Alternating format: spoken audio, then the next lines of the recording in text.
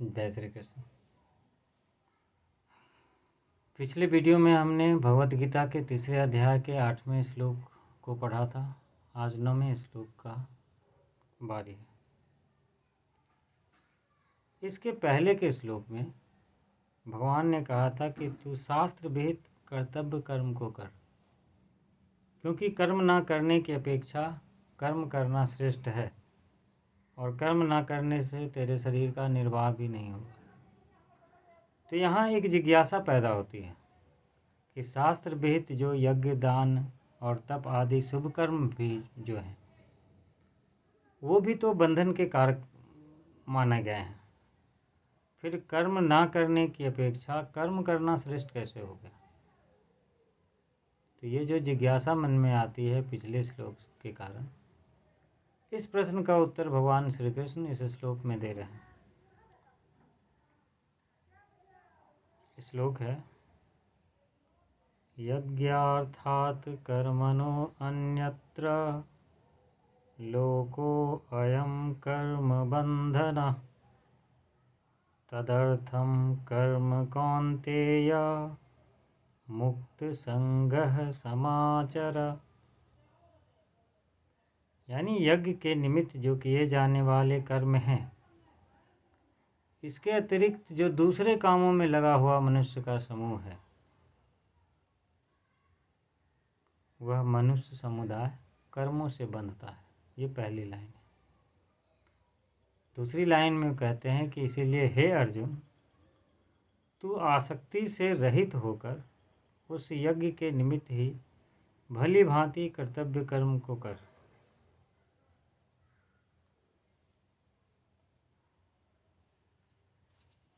यहाँ गीता में जब आप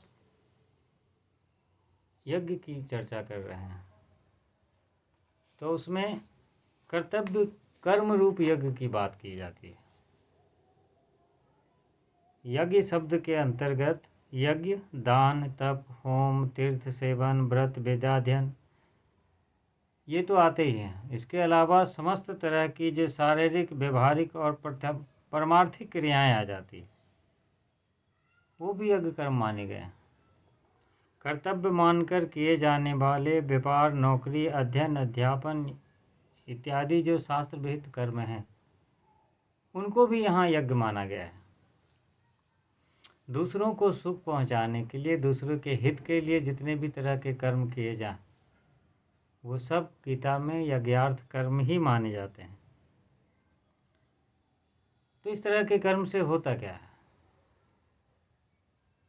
दूसरे के लिए जब आप कर्म करेंगे तो एक तो आसक्ति मिटती चली जाती है, और सिर्फ आसक्ति ही नहीं मिटती है, उसके फलस्वरूप आसक्ति मिटने के कारण पूर्व के संचित जो कर्म हैं वह भी मिटते चले जाते हैं।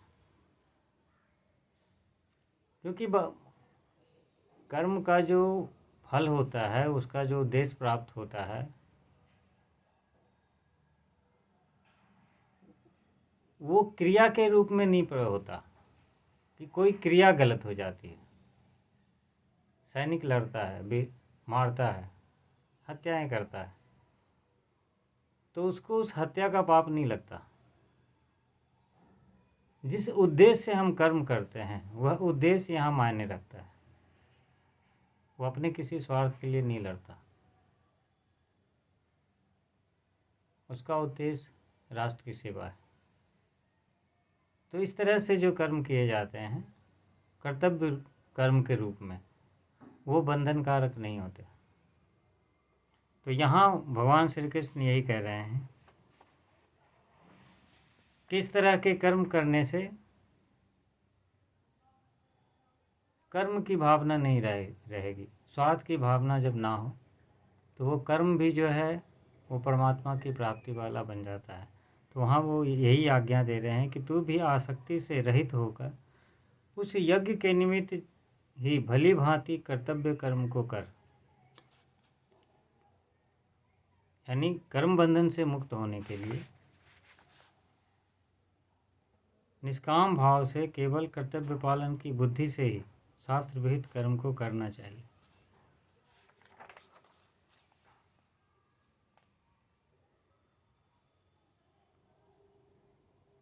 लास्ट में जब वो आज्ञा दे रहे हैं कि कर्म बंधन कारक कैसे नहीं होते, क्योंकि शुभ कर्म भी बंधन कारक होते हैं, तो वहाँ यही बता रहे हैं कि कर्मों में और उनके फल में ममता और आसक्ति का त्याग करके कर्म करने के लिए कहा गया है।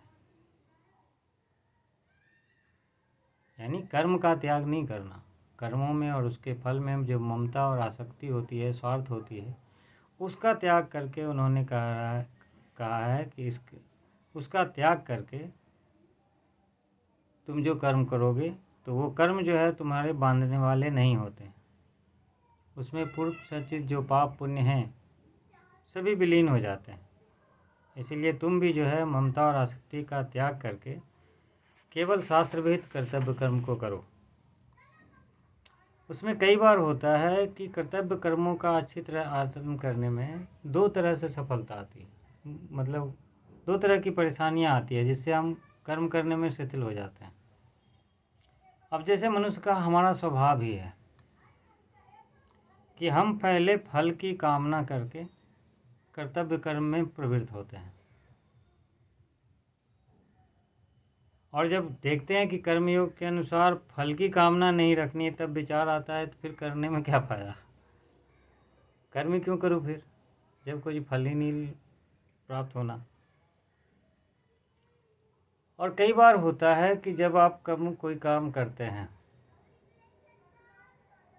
और लास्ट में होता है कि उसके विपरीत फल आ जाए, तब यह विचार आता है कि मान लो कर्म तो मैं अच्छा करता जाता हूँ मगर लास्ट में उसका फल विपरीत आ जाता है, तो फिर एक विचार आता है कि फिर करना ही क्यों है, विपरीत मिले तब भी, कर्म का फल ना मिले तब भी।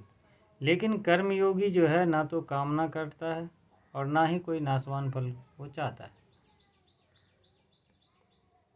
वो मात्र संसार का हित रखते हुए कर्तव्य कर्म करता है, उसको अपना कोई इच्छा नहीं है कि फल प्राप्त हो। इस कारण से उनके कर्मों में शिथिलता नहीं आती, अनुकूल फल ना भी मिले फिर भी वो लगे रहते हैं। हो सकता है मैं कुछ अच्छा करना चाहूँ, उसमें भी चार लोग मुझे गाली देने लगे, मगर मुझे लगता है कि मेरा वो कर्म अच्छा है और उससे दूसरे लोगों का भला हो रहा है, मैं उसमें लगा हुआ हूँ। गालियाँ सुनने के बाद वो गालियाँ वो उनकी इच्छा है कि वो दे रहे हैं।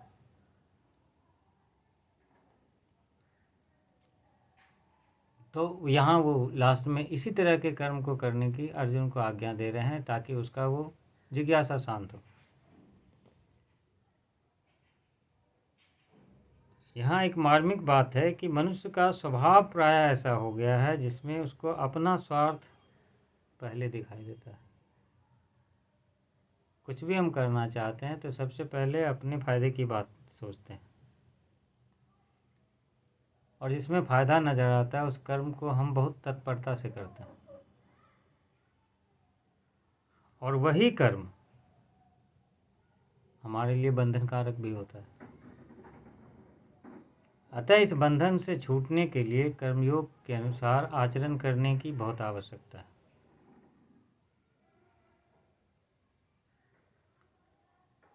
अब कर्मयोग में सभी कर्म दूसरे के लिए करने हैं, अपने लिए कभी नहीं।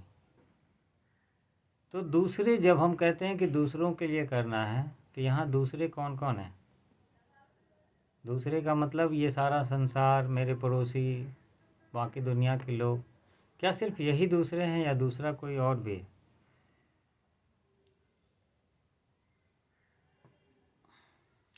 अपने शरीर के अलावा क्या बाकी जो दूसरे हैं वही दूसरे हैं? तो यहाँ वो कह रहे हैं कि नहीं। यहाँ जब आप दूसरे कहते हैं तो उसमें आपका स्थूल शरीर, सूक्ष्म शरीर, यहाँ तक कि कारण शरीर भी दूसरा माना गया है। आपकी जो इंद्रियां हैं, मन हैं, बुद्धि हैं, प्राण हैं, ये सब भी दूसरे ही हैं, और आपको सबकी सेवा करनी है। जैसे संसार दूसरा है उसी तरह मन, बुद्धि, इंद्रियां और ये शरीर भी जो है दूसरे ही हैं। जैसे कर्मयोगी संसार की सेवा करता है दूसरा मानकर, वैसे ही वो अपने शरीर, मन, बुद्धि और इंद्रियों की भी सेवा उसको करनी है। दूसरा मान, जैसे शरीर को निंद्रालु, आलसी, प्रमादी और निकम्मा और भोगी ना बनने देना, ये संसार की सेवा है। ये शरीर की सेवा हो जाएगी संसार की तरह। इंद्रियों को सांसारिक विषयों में, भोगों में लगने ना देना, ये इंद्रियों की सेवा है। मन को किसी का अहित सोचने में, विषयों के चिंतन में और व्यर्थ के चिंतन में ना लगने देना, ये मन की सेवा है। बुद्धि को दूसरों के कर्तव्य पर विचार ना करने देना कि दूसरा क्या करता है क्या नहीं, यह ना सोचने देना, ये बुद्धि की सेवा है। और शरीर, इंद्रिय, मन और बुद्धि में आसक्ति ना रखना, ममता ना रखना, ये इनकी सबसे बड़ी सेवा है। तो ऐसा नहीं है कि जब मैं कह रहा हूँ कि दूसरों के लिए कर्म हो, दूसरों के हित के लिए हो, तो दूसरा में सिर्फ शरीर के अलावा बाकी सब दूसरे हैं, ऐसा नहीं है। ये शरीर, इंद्रिय, मन, बुद्धि, यहाँ इनको भी दूसरा कहा गया है।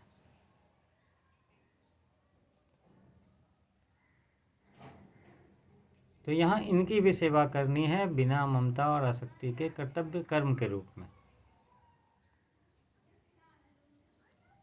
क्योंकि अपने लिए अपना मानकर जब कर्म करेंगे तो वही बांधता है। तो यहाँ इन्होंने अर्जुन को इस तरह का भाव दिया है ताकि अर्जुन को जो है का ये जिज्ञासा शांत हो कि किस तरह के कर्म करने हैं, क्योंकि शुभ कर्म भी तो बंधने वाले भी होते हैं। तो आज तक के लिए यहीं तक। जय श्री कृष्ण।